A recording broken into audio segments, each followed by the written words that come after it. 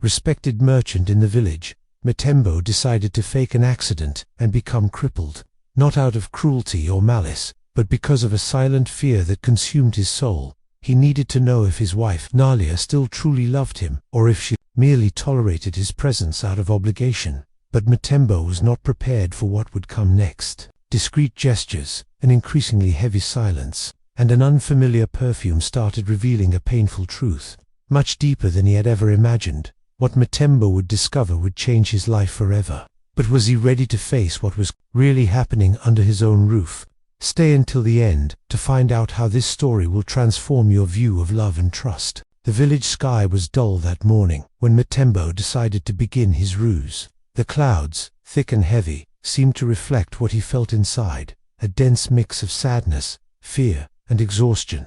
It was a Sunday, a day for the market and for mass, but he didn't leave the house. He simply let the story of the accident spread, as if the lie had fallen from the sky, carried by the same wind that blew dust from the roads. He faked back pain, tingling in his legs, sudden paralysis. His expression was convincing, the inert body, eyes heavy with suffering, and a hoarse, low voice.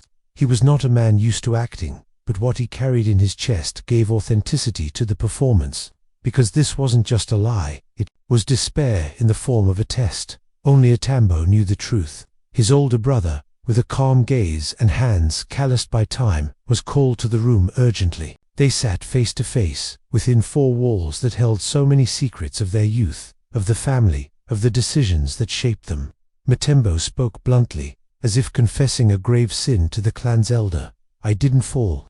Matembo, there's no pain in my body, only in my soul." Matembo frowned but didn't interrupt. "I need to know, brother, if Nalia loves me, if she still loves me, or if everything we built has turned into mere obligation, silence, routine, appearance. Before truly dying, I want to know if I live in love, or in deception." His brother sighed deeply, taking off his straw hat and running his hand over his grey hair. "Matembo, this is dangerous. Lies attract darkness. What if she finds out?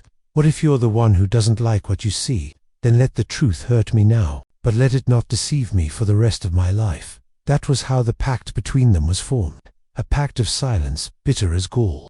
Matembo swore not to tell anyone, not even the children, not the old neighbor who saw everything, nor the pastor who came once a week to bless the sick. Only he would know, only he would help maintain the ruse. In the following days, Matembo helped adapt the room. He brought an old wheelchair from their late mother's house, arranged pillows, explained to the neighbors that Matembo could no longer walk. The story spread like wildfire.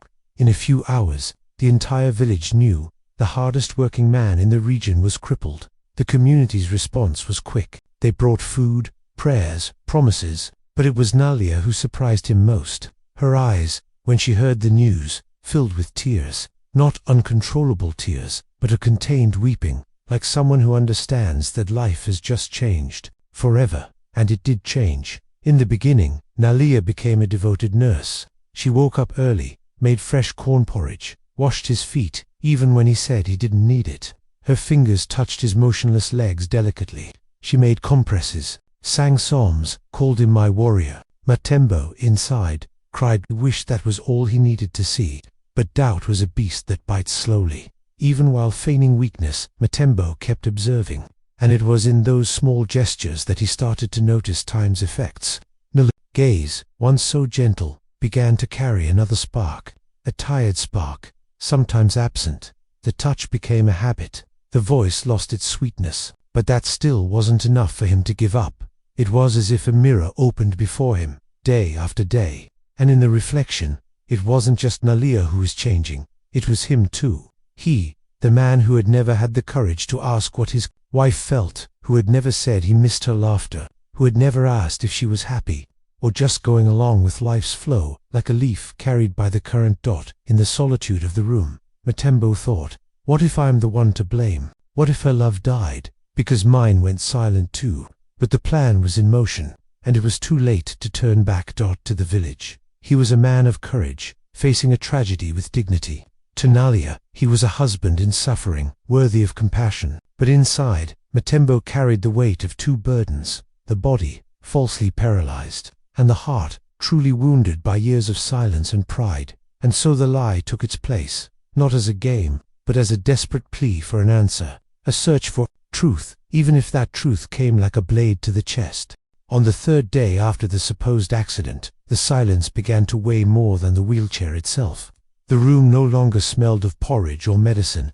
It now carried the scent of routine. Mutembo, motionless in his act, watched the sunlight shift across the beaten clay floor, marking the hours that passed unhurriedly. The sound of Nolia's footsteps was his only company, footsteps that little by little changed from compassion to exhaustion. At first, she did everything with care. She filled the basin with warm water and eucalyptus leaves to wash her husband's feet, even when he said it wasn't necessary. She fed him spoonfuls of soup, even when he insisted he could try serving himself. And at night, before blowing out the oil lamp, she would sit by his side and hold his hand for long minutes. She prayed, her voice firm, asking God for strength to bear what she called the cross of our home.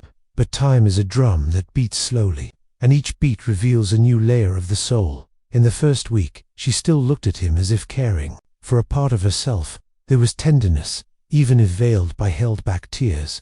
However, as the days dragged on, that look changed. Mutembo began to notice the emptiness in Nalia's eyes when she entered the room. The act of holding his hand turned into a mere touch of the fingers. The prayer became an almost automatic whisper. She was still there, but she was no longer fully there. He pretended to sleep, his breathing heavy and his eyes half open, just enough to see her shoulders curve as she left. And it was on one of those nights that he heard, for the first time, the sigh. A long, weary sigh that came from deep in her chest, like someone who has been carrying a burden for years. It was not a sigh of pain, nor of pity. It was the sigh of someone who no longer has the strength to sustain an illusion. That sound cut Mutembo deeper than any words, because silence, when it carries truth, is more cruel than screams. He felt something break inside him, a piece of pride, perhaps, or maybe the hope that her love would withstand the test he himself had created. The next day, Nalia didn't pray. She entered the room, straightened the blanket, served the meal in silence. Her eyes were red, but there were no tears, only a hardening. She left without kissing his forehead, as she had done every morning. Mutembo stayed staring at the closed door, feeling the emptiness grow. The village continued its routine.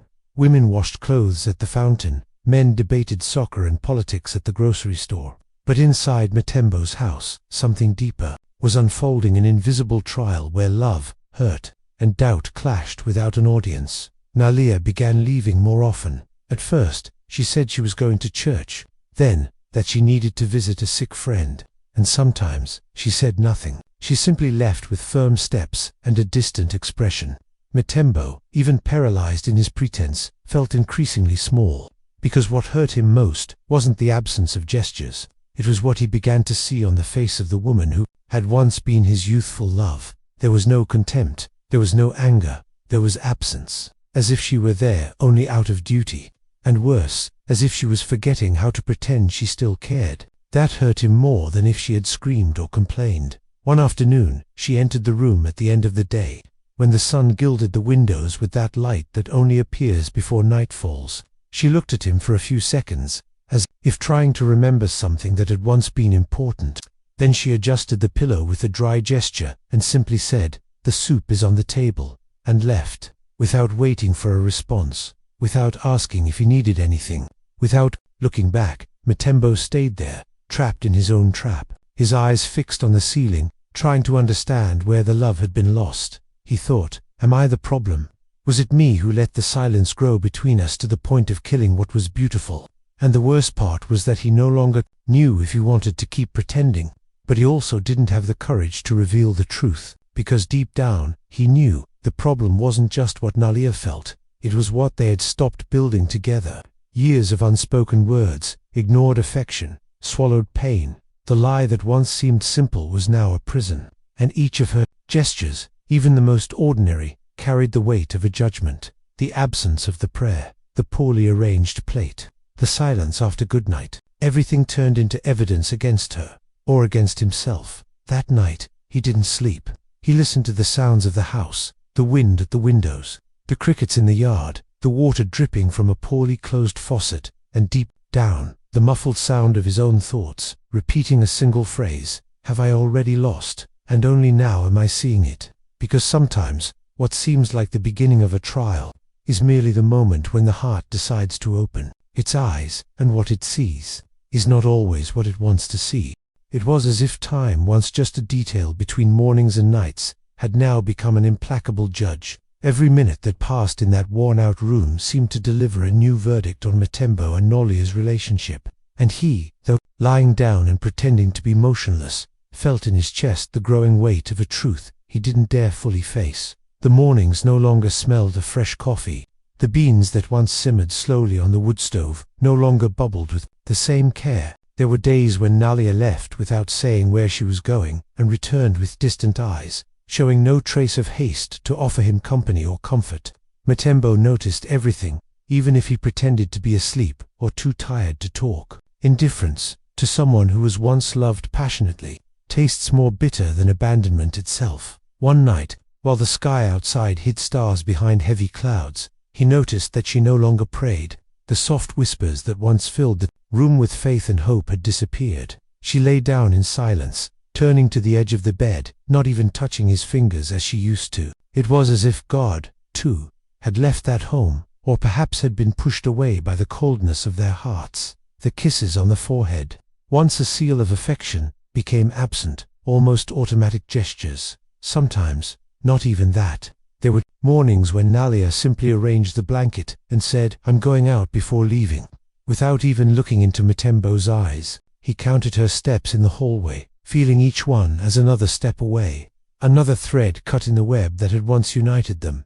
And then came the scent. One night when she returned to the room, Nalia carried a different perfume on her body. It was sweet and strong, like a wet flower after rain. It wasn't the scent of the simple village soaps, nor the almond oil she used to wear. It was something new, elegant, that didn't match her simple clothes, nor the routine she claimed to have.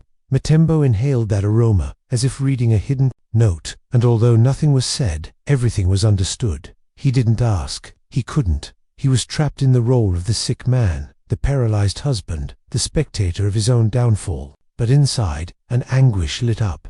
It wasn't yet jealousy, nor anger. It was something deeper, the feeling of no longer recognizing the woman who shared his roof, as if, little by little, she was becoming a stranger, even under the same blanket. In the days that followed, she stayed out longer. Sometimes she said she was at the market, but returned without any bags.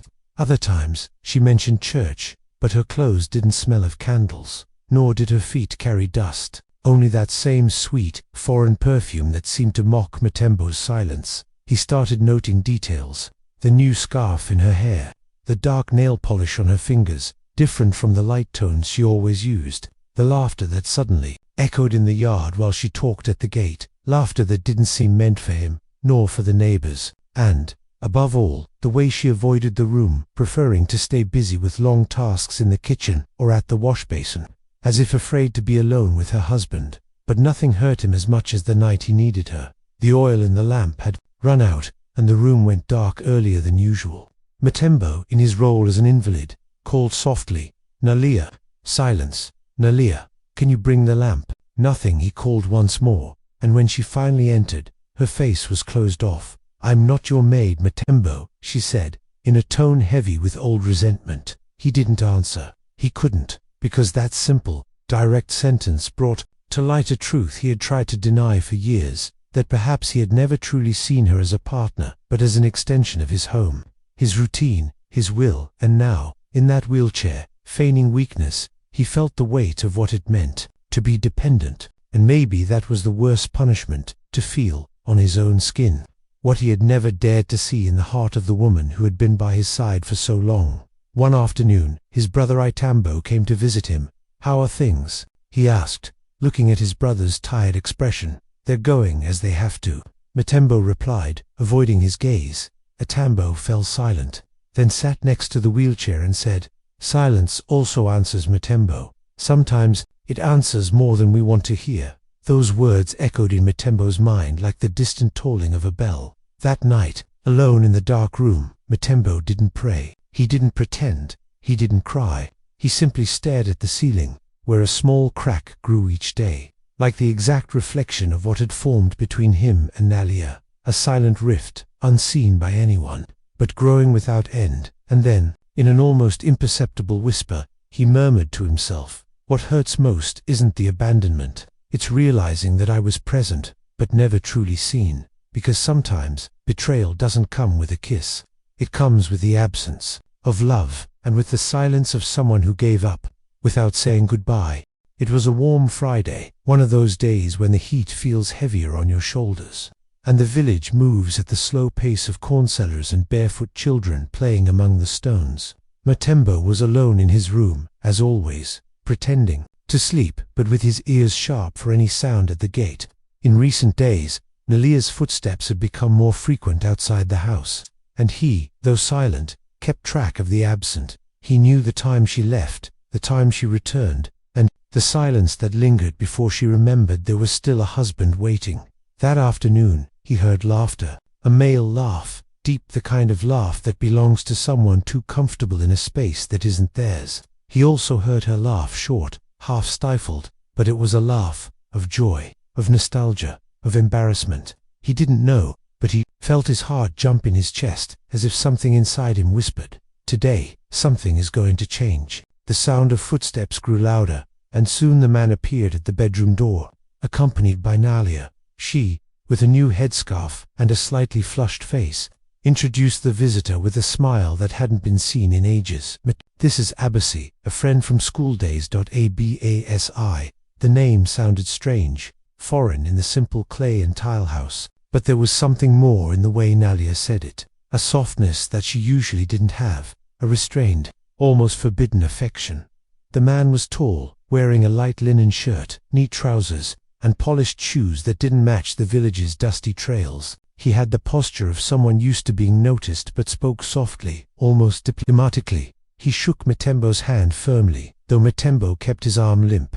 "Staying in character, I heard about your accident, Matembo. I came to bring some encouragement." Encouragement, he thought. From whom? For whom? But he said nothing. He just gave a dry smile, hidden behind his unshaven beard. Nalia, excited, brought juice, then cookies, then fruit. She seemed like a hostess receiving a king. There was a sparkle in her eyes, a sparkle that wasn't for him. Tembo, from the wheelchair, watched too much, every detail. The way Nalia touched Abasi's arm when she laughed, the time she took to answer his questions, the stories they told about the past, stories he, the husband, had never heard. "Do you remember that teacher who always scolded us?" Abasi said, smiling. "I do," Nalia replied, with a joy that seemed long forgotten. And then, between laughs and memories, they talked about a youth where Matembo did not exist, about a Nalia he perhaps had never truly known. His discomfort grew by the minute, but nothing compared to the moment when the visitor stood up and said, "I need to go, but I'll come back another time. I'll come back." Those words sounded like a threat. Matembo wanted to get up, to scream, to end the charade, but he stayed trapped in his lie, because he knew, now, there was something deeper happening, something that couldn't be interrupted with screams, only understood with pain. As soon as Abasi left, he expected Nalia to say something, to justify, explain, ease the tension in the air. But she just cleared the cups, said, "I'll wash these," and disappeared into the kitchen, without looking back, without even noticing that her husband was still there, his face pale with anguish, his mind boiling with questions he didn't dare ask. The next day, his brother Itambo returned. He came, he asked, as if he already knew the answer. Met didn't reply. He only looked at the floor, then at the window. The wind moved the curtain, as if trying to soothe the words stuck in the room. "That man does not have good intentions," Itambo said firmly, his eyes hard as stone. "How do you know?" "Because I've seen that look on other faces. The look of someone who comes to take what isn't theirs, but knows they'll find little resistance." Matembo felt his stomach tighten. For the first time since the start of his ruse, he felt afraid he had gone too far. Not afraid of being discovered, but of having waited too long to see that love, when not nurtured, doesn't die. It simply changes owners. And in the days that followed, Abasi returned, twice, then 3 times. Never at fixed times, always with small gifts, a sweet, a book, a colorful cloth, and each time he appeared, Nalia seemed more alive, more willing, more distant from Matembo's room. He, there, motionless, began to understand that betrayal doesn't start with a touch, it begins in the gaze. And Nalia's gaze hadn't sought his for a long time. It was as if she was little by little remembering who she was before becoming a wife. As if, in seeing Abasi again, she found pieces of Nalia that married life had buried under pots, bills, and silences. Tembo, in that wheelchair, didn't just see the approach of another man. He saw the departure of a woman, his woman. And the worst of it was that he couldn't blame her, because deep down, he knew that what was now blossoming between the two was watered by his own absence, the absence he himself had created over the years. Even while present, on Abasi's last visit that week, Matembo pretended to sleep, but his breathing was uneven, his face drenched in sweat. And when he heard Nalia laughing again, that light, free laugh that hadn't been heard in that house for years, a tear slid from his closed eyes. Because sometimes, what destroys a love isn't the arrival of someone new, it's forgetting who we once were, and the silence of those who should have reminded us. The following week, the sun appeared timidly between the clouds, but the heat was the same as always, dense, suffocating, as if the village itself were breathing with difficulty. Matembo remained in his post of silence, in the wheelchair by the window, where the breeze barely reached. The days piled up like dry leaves, colorless, tasteless, wordless. But that day, something different broke the monotony of the room, a small, discreet glimmer, yet impossible to ignore. It was a necklace, not like the ones Nalia used to wear to church festivals, made of simple beads or market trinkets. This was something fine, delicate, with a golden pendant, shaped like a leaf, so light it looked as if it had been molded by the wind itself. And there it was, hanging round her neck, resting against her chest like a silent declaration of change. Matembo saw it, and in that instant he knew that didn't belong to the life they shared. The room stayed silent for a few seconds, far too long. He looked at the necklace, then at her eyes, and asked, in a voice lower than usual, "Is it new?" She hesitated. It was only a second. But in that second, he was certain something was hidden there. "I won it in a church raffle," she said, with a smile that didn't reach her eyes. A church raffle. The words echoed inside him like an out-of-tune bell. He knew there were no raffles with prizes like that around there. And even if there were, why hadn't she mentioned it before? Why didn't she show it with the same joy she once showed a new lipstick the neighbor had given her? There was something behind that story, something she didn't want to say. Tembo, however, didn't question further. He just looked intently at the pendant, as if wanting to ask without words. But silence, once again, spoke for him, and her silence replied even louder. That night, he remembered when he gave her the first gift. It was a wooden comb, carved by a blind craftsman who lived across the village. A simple gift, but chosen with care, thinking of every detail. He had asked for her name to be engraved with a thin knife, letter by letter. When he gave it to her, Nalia cried. She said it was the most beautiful object she had ever received, and she kept it as if it were a jewel. Now, she wore something on her neck he didn't know. Something expensive, something that didn't come from him. The memory of that comb returned so vividly that he almost felt the rough wood between his fingers. And along with it came the questions he had never dared ask. When did they stop giving each other gifts? When did they stop surprising each other, looking into each other's eyes like they once did? When did their love become convenience? In the days that followed, the necklace accompanied her like a shadow. It was there when she went out to buy bread, when she washed clothes at the basin, when she sat in the living room with the radio playing softly. It was as if that small object symbolized a new phase, a new Nalia, one he could no longer reach, and each time he saw it, something inside him hurt. It wasn't the price of the gift. It wasn't fear of physical betrayal. It was what the gift represented: attention, desire, novelty, things he had long since stopped offering, and that now someone else seemed to remember to give. Then Matembo returned. He brought fresh fruit from the market, as he always did, and sat on the doorstep with his serene manner. The two brothers sat there for a few minutes, saying nothing, just listening to the village sounds, the call of the cake seller, a baby's cry in the distance, the barking of dogs, until Matembo said, in a tone that seemed rehearsed by life itself, "What is lost through neglect cannot be recovered through WATCHFULNESS.MATEMBO, looked at him sideways, as if hearing something he already knew but avoided accepting. I'm not saying she's gone, his brother continued, but maybe she got tired of waiting for you to truly see her. Those words cut like a knife, because they were true. He had never let food run out, never lacked clean clothes or a sturdy roof. But how long had it been since he gave her a gesture of affection, a gift, a word of admiration, a compliment? The necklace shone on her neck like a mirror reflecting everything he had failed to do that night.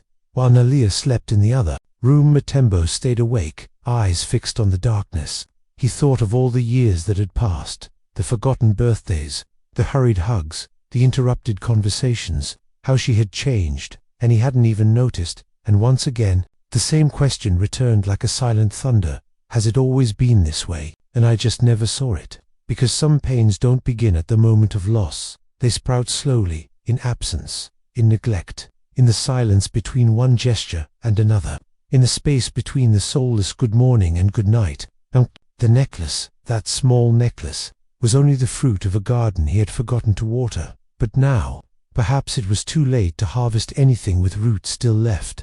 The day dawned with a clear sky, but there was a strangeness in the air, a stillness that didn't come from nature, but from inside the house. It was a Saturday morning, when Nalia usually made cornmeal cakes and left the radio playing the old hymns from the local parish program. But that day, there was no smell of coffee, no sound of pots. There was only silence. Matembo woke up early, as he had since starting to pretend his paralysis, but the room was empty. He looked around with sharp eyes, waiting for the sound of footsteps, the scrape of a chair in the kitchen, Nalia's soft voice humming a hymn. Nothing, only the distant sound of a rooster and the heavy breathing of his own anguish. 2 hours passed, then 3. The wheelchair stood by the bed, as usual, but he didn't use it. He stayed lying down, waiting. The sunlight stretched across the floor, marking the hours with a cruel slowness. His stomach began to ache, not just from hunger, but from the realization that day, he had been forgotten.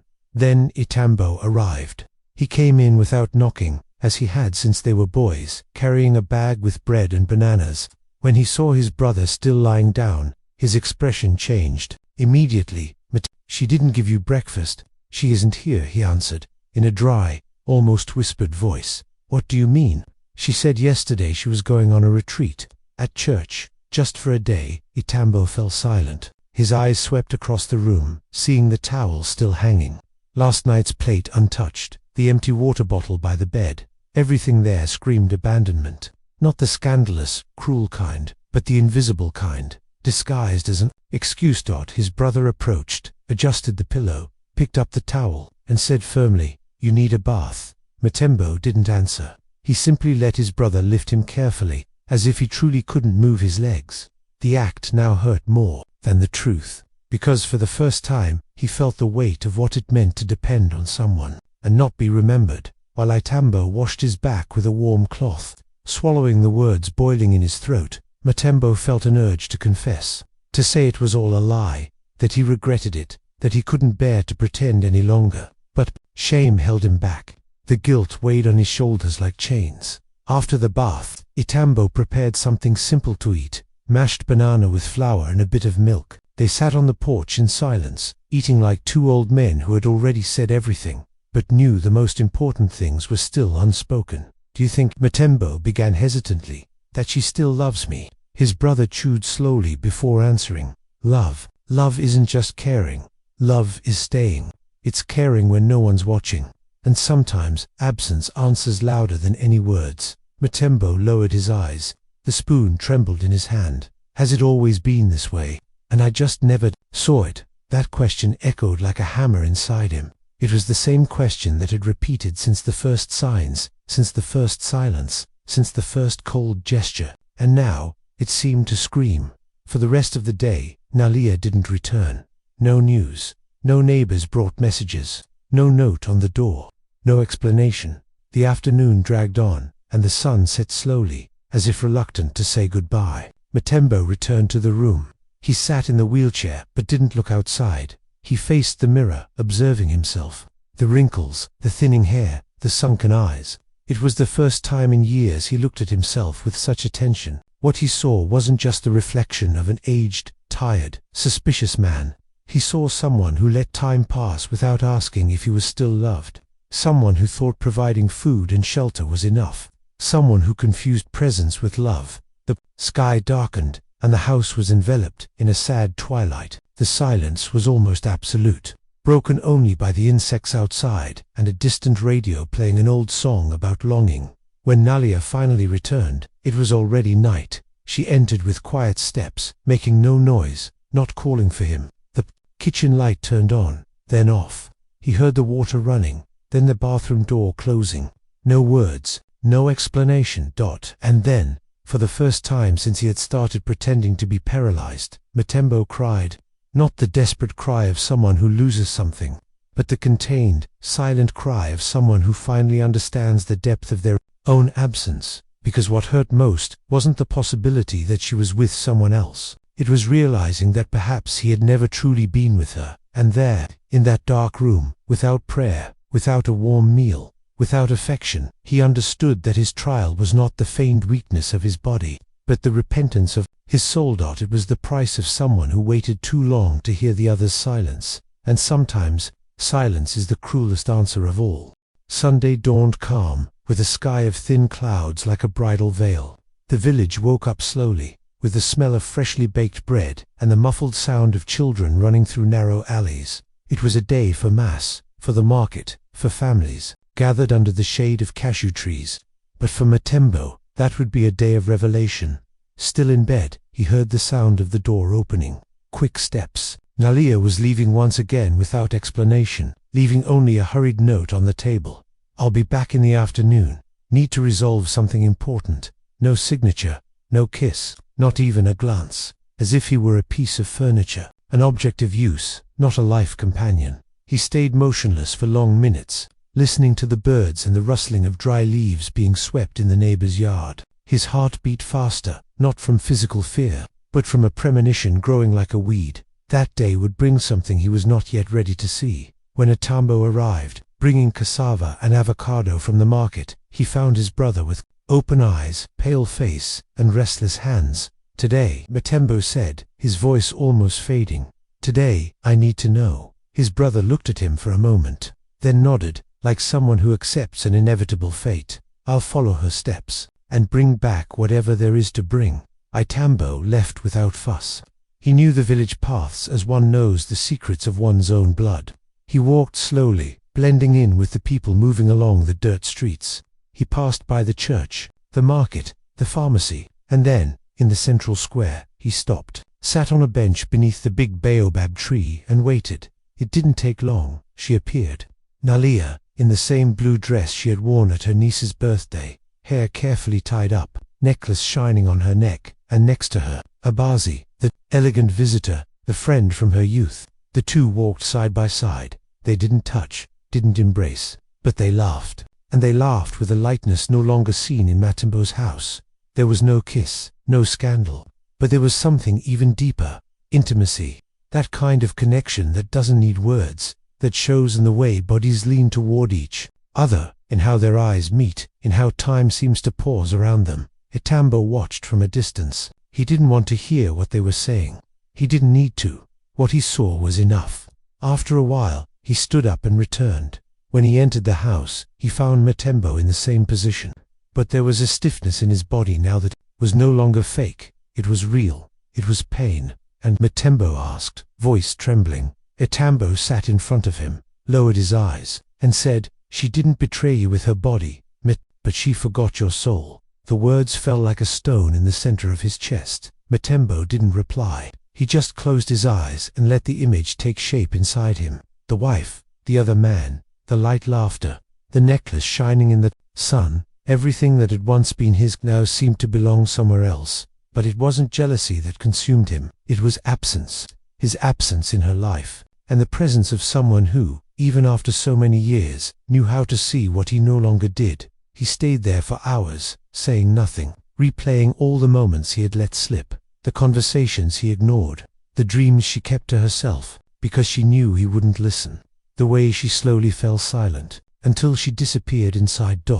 and then he remembered. He remembered the day she said, "You don't hear me anymore." Remembered when she asked to travel, just the two of them, and he replied, "Why waste money on nonsense?" Remembered the last time she cried, not from an argument, but from loneliness, and he pretended not to see Dot outside. The day faded slowly. The golden light painted the leaves, and the children began returning home with dirty feet and happy faces. Inside the room, however, time felt frozen. Matembo, alone, looked at the ceiling with dry eyes but a soul soaked. He finally understood that the most painful betrayal is not the hidden kiss. It is the heart that leaves even when the body stays. And there, on that quiet Sunday afternoon, the truth arrived, not like thunder, but like a whisper that said she got tired of being invisible. And now, he could clearly see everything he had refused to acknowledge, because sometimes, losing someone isn't watching them leave, it's realizing they haven't truly been there for a long time. The following week began without major events, but with the heavy air of unspoken truths. It was as if the house had learned to breathe on its own, sighing silently in the corners while Nalia and Matembo continued to pretend to play the roles they once inhabited with soul. She kept taking care of the house, going out at vague hours, returning with that same subtle perfume that so unsettled her husband, and he remained in his chair, trapped between the lie of the body and the truth that now burned in his eyes. But everything changed on an ordinary morning, one of those when the roosters crow at odd times and the wind carries the smell of the market through the windows. Nalia had left in a rush, forgetting her purse on the kitchen chair. Matembo, alone, was watching the curtains sway when a piece of paper slipped from the half-open zipper and drifted slowly to the floor. Like a tired leaf from an old tree, he approached slowly, pushing the chair with effort, as if still afraid of breaking his own lie. When he picked up the paper, he saw it was a small note, folded 3 times, with ink slightly smudged, a sign it had been written in a hurry, or perhaps with too much emotion.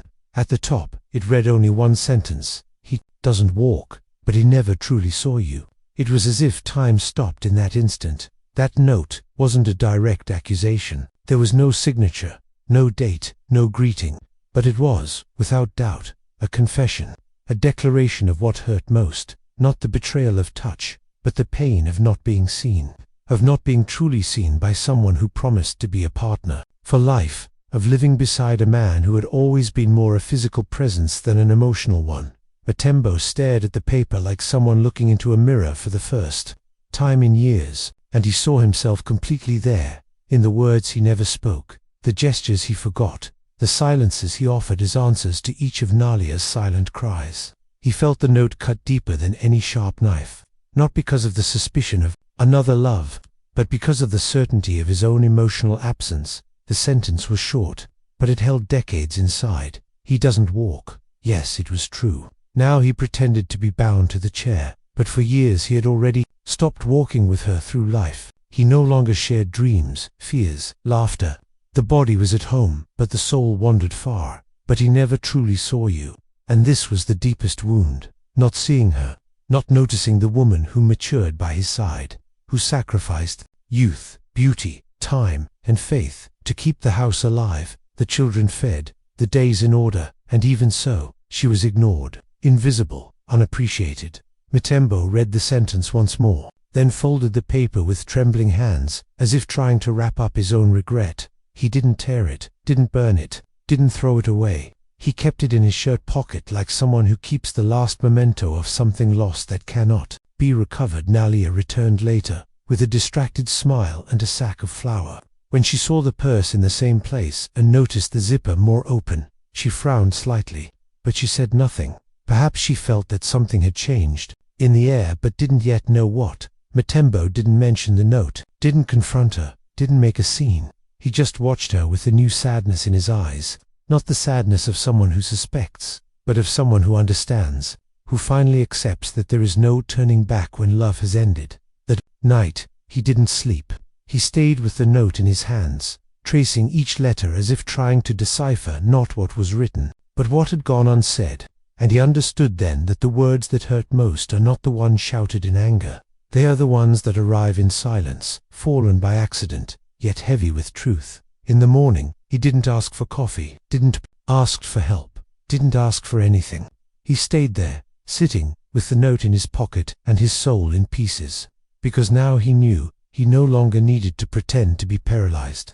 The pain he felt was real, and it was in his legs, yes, but also in his chest, in his broken pride, in his wounded dignity. When Itambo arrived, Mutembo only looked at him with hollow eyes and said, almost voiceless, "I never saw her." His brother nodded in silence, without needing to ask anything, because in that moment, between two men, silence was enough to say everything. And so, the note, lost by accident, fell like a sentence on the story of a marriage already corroded from within. Because there are truths that do not arrive with screams, they simply fall, like leaves, at the exact moment the soul is finally ready to see them. The next day was born cloudy, with a colder wind than usual, as if the sky itself carried in its clouds the weight of an inevitable ending. Mutembo woke up earlier than usual. He spent long minutes sitting on the edge of the bed, his feet on the ground, feeling the cold clay floor under his soles. His eyes were fixed on the old wardrobe, but his mind wandered deep inside himself, sifting through memories, silently building a decision he knew he could no longer postpone. The time had come. The note was still in his shirt pocket, carefully folded, like a sacred secret, but now he no longer needed to read it. The sentence was engraved inside him, like a tattoo on the soul. He doesn't walk, but he never truly saw you. It was the rawest, simplest, and most devastating truth he had ever faced. For years, Mutembo had prided himself on being a righteous man. He was the one who provided for the house, put food on the table, commanded respect, but he had never been the man who listened with his heart, never the husband who asked how she felt, the partner who saw the woman beyond the role of wife and caretaker. And now, through the farce of paralysis, what he discovered was more cruel than any physical betrayal. He had lost her from the inside. Long before any other man ever approached from the outside, he stood up, not in haste, nor in anger, but with the weight of someone walking to their own judgment. He rose slowly, feeling his legs respond with firmness, a firmness he had hidden for weeks as part of the theater he set up to test his wife's love. He walked to the porch, where the rocking chair still held the shape of Nalia's body. He sat there, in silence, waiting. The sky began to open, and the light filtered through the clouds, painting the ground with shades of gold and shadow. The village children ran past, playing and laughing loudly, oblivious to the drama unfolding inside that faded walled house. Some neighbors glanced over, noticing Mutembo standing again, but they didn't approach. They knew, with the instinct of those who live in community, that a truth was unfolding there that didn't belong to them. And then she arrived. Nalia came with firm steps, a bag of vegetables in one hand and the necklace shining against her chest. When she saw him sitting on the porch, upright and looking straight at her, she stopped. For an instant, she seemed not to understand. Then her eyes widened. The bag fell from her hand. A tomato rolled to the middle of the road. "Mate," she said, her voice breaking, as if speaking to a ghost. He didn't answer immediately. He just looked at her, not with anger, nor with accusation, but with the kind of sadness that doesn't fit in words. "I stood up, Nalia," he finally said, because there was no reason to pretend anymore. She took a step back, as if the ground had given way. "How long?" she whispered. "From the start. The accident never happened. I just wanted to know if you still loved me." The silence between them was as heavy as the dust rising from the road. She looked at him, at his strong hands on his knees, at his feet firmly planted on the ground, and then she looked away. "And what did you find out?" The question came like a blade, but he was already too wounded to bleed again. "I discovered that perhaps betrayal isn't in what you do, but in what we stop doing for each other. I became invisible to you, and you became a stranger to me." Nalia pressed her lips together. Her eyes shimmered, but she refused to let the tears fall. "Do you want to know when I stopped loving you?" she asked, her voice low but steady. "I do. I need to hear it." She took a deep breath, as if digging inside herself for the last bit of courage. "It was the day you started to doubt me. Not now. Years ago. When you began to look at me as someone to evaluate, not to admire. When every gesture of mine was seen as a debt. When I stopped being a woman and became just an obligation." Her words were sharp, but not cruel. There was no hatred, only pain. And it was that pain that hurt Mutembo the most, because he knew she was telling the truth. A truth he had refused to see for too long.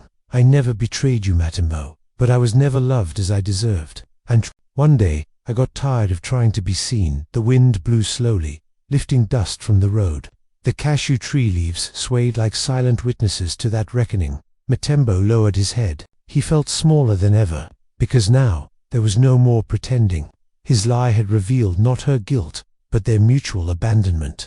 An abandonment that starts small, in the details, and one day becomes so big it swallows even the memory of what was once love. She picked up the fallen bag, picked up the tomato from the ground, cleaned it with the edge of her dress, and turned to him with tear-filled eyes. "I didn't leave you, Mutembo. You were the one who left first. You just took too long to notice." And then she went inside, leaving him there, sitting, with a heart heavier than his own mistakes, because the hardest confrontation is the one where the guilty party recognizes themselves in the mirror, and understands, too late, that love doesn't die suddenly. It dies slowly, in the silence of days, in the absence of gestures, in the blindness of hearts.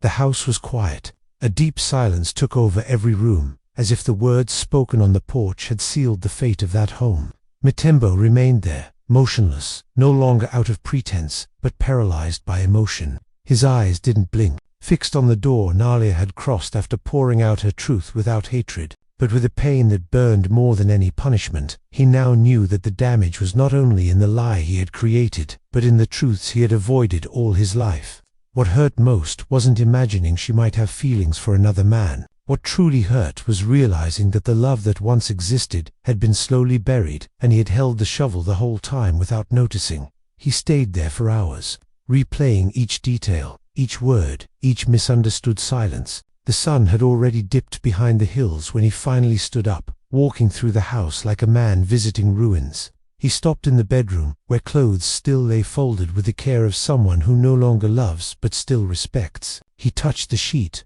her pillow, smelled the scent, still clinging to the fabric, and for the first time, understood how much she had resisted. Yes, Nalia had resisted for many years. She had waited for him to see her, to ask how she was, to say something beyond practical obligations. She wanted to be seen, heard, touched with tenderness, not just marital duty. But he, Mutembo, had become a man who did not look, who only provided, ordered, controlled, a man who confused presence with participation, silence with stability, habit with love. Now he saw with the brutal clarity that only pain brings. She was in the room, packing a small suitcase. It wasn't rushed, nor an escape, it was a farewell. She didn't shout, didn't accuse, she just folded clothes, putting a few pieces inside, as if already knowing that the heaviest things wouldn't fit there, the memories, the wasted years, the stifled dreams. He stood at the door, eyes brimming, but his face serene. He spoke in a low voice. "You're leaving." She kept folding, without looking at him. "I am, with him." She stopped. For an instant, time seemed to hold its breath. "No, not with him. I'm going with what's left of myself." That phrase cut deeper than 1,000 accusations, because it showed that she wasn't leaving for someone else, but to reclaim what she had lost by living beside someone who never saw her. "Do you still love me?" he asked, almost voiceless. She took a deep breath, stood up, and looked into his eyes with a steadiness that came from very deep within. Love needs space to breathe, and here, it suffocated a long time ago. "I tried, Mutembo, I tried until the end. But what you did, this test, showed me you never truly trusted me. And without trust, there is no love." He wanted to reply, wanted to beg for forgiveness, to implore her to stay, to promise change. But he didn't, because he finally understood that some pleas only work when love still breathes. And hers had already been buried. She finished closing the suitcase, walked past him without anger, only with a look that mixed gratitude for the past and mourning for the present. She stopped at the door, looked up at the already dark sky, and said, almost like a prayer, "May God take care of you, and may you learn to see, before you lose again." And she left, not in a rush, but with dignity. Mutembo returned to the living room, sat in the rocking chair, and let himself be carried away by the sound of the distant owls. Tears fell, discreet, like fine rain on an old roof, but it wasn't crying for her. It was for everything that could have been, and wasn't. Mutembo arrived early in the night. He found his brother with his head down, eyes lost, and a soul washed clean. She's gone. The brother sat next to him, and for a few minutes they just listened to the sounds of the night. "Will you go after her?" Matembo shook his head. "No, now she needs distance. And I need truth." Matembo nodded. Then he got up, went to the cabinet, and brought paper, a pen, and a small oil lamp. "Write, not for her, for yourself." And that's what he did. That night, for the first time in many years, Matembo wrote, not a plea, not a speech, but a letter to himself, a confession, a farewell, a silent promise, never to live without truly seeing again. And at the end of the letter he wrote, "Love does not die when it leaves, but when we stop trusting." He folded the paper, placed it on the table, and looked up at the sky, because sometimes justice does not come as punishment. It comes as awareness, and that never stops hurting.